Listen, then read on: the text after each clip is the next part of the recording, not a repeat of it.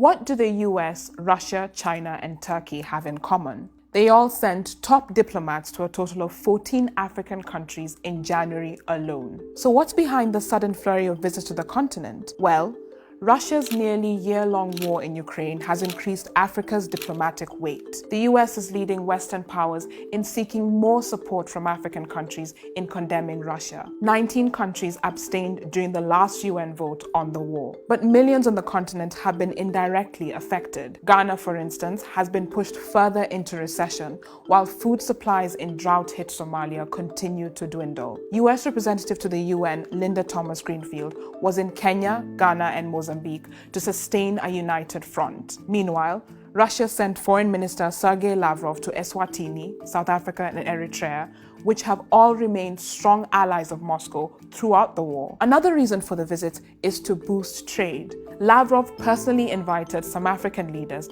for the second Russia-Africa Economic Summit scheduled for July this year. At the same time, US Treasury Secretary Janet Yellen toured Zambia, South Africa, and Senegal to reinforce deals from last year's joint summit, where Washington pledged $55 billion to the continent. The US is also worried about being overshadowed by influence from China. In 2022, Beijing canceled loans for 17 African countries after accusations by the US of entrapping the continent in debt. China's new foreign minister, Qin Gang, also expanded infrastructural projects in Benin and Ethiopia. Meanwhile, Turkey is not being left behind. Foreign Minister Mevlut Cavusoglu toured 5 countries and said Africa will be prioritized to receive grain and fertilizer to offset shortages from the Ukraine war. Turkey has steadily grown as a security partner, providing drones to Niger and Mali in recent years. So what does all this mean? Whatever the endgame might be, Africa will continue to play an important role in shaping global diplomacy